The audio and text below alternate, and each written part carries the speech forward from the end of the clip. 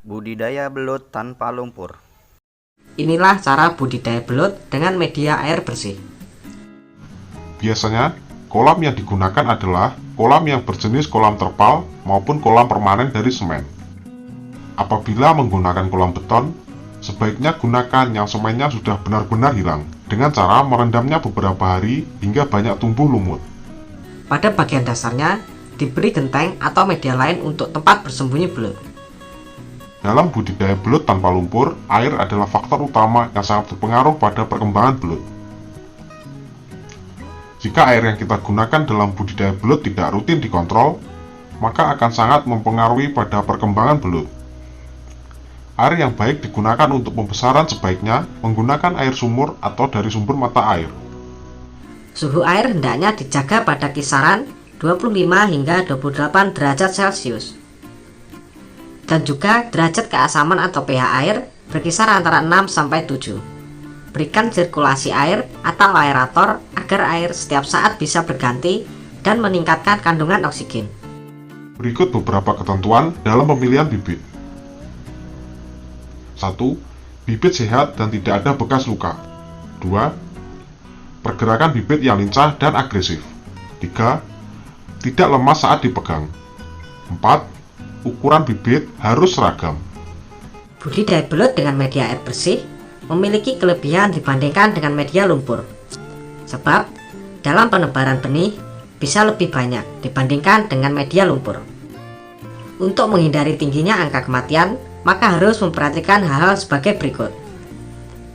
Bibit yang berasal dari tangkapan alam harus disortir dan dikarantina sebelum dilepas ke kolam. Hal ini untuk menghindari bibit penyakit yang terbawa dari sawah. Bibit yang ditebar sebaiknya dalam keadaan sehat, gesit, tidak sakit, dan memiliki ukuran panjang tubuh yang sama. Sewaktu memasukkan belut ke dalam media budidaya, sebaiknya dengan pelan-pelan. Sedikit demi sedikit, biarkan belut keluar sendiri menuju kolam.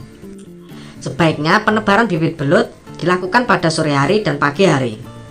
Pakan dari belut terdiri dari dua jenis, yakni pakan alami dan pakan buatan.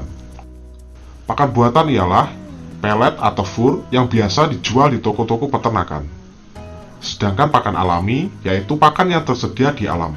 Contohnya, cacing tanah, keong mas, keong sawah, bekicot, cacing sutra, kepiting air, ikan-ikan kecil, jaset renik atau plankton. Pakan alami lebih disukai belut karena belut termasuk ikan karnivora. Untuk mendapatkan keuntungan yang maksimal, ada baiknya sobat membudidayakan juga pakan alami belut tersebut, sehingga biaya pakan bisa ditekan serendah mungkin.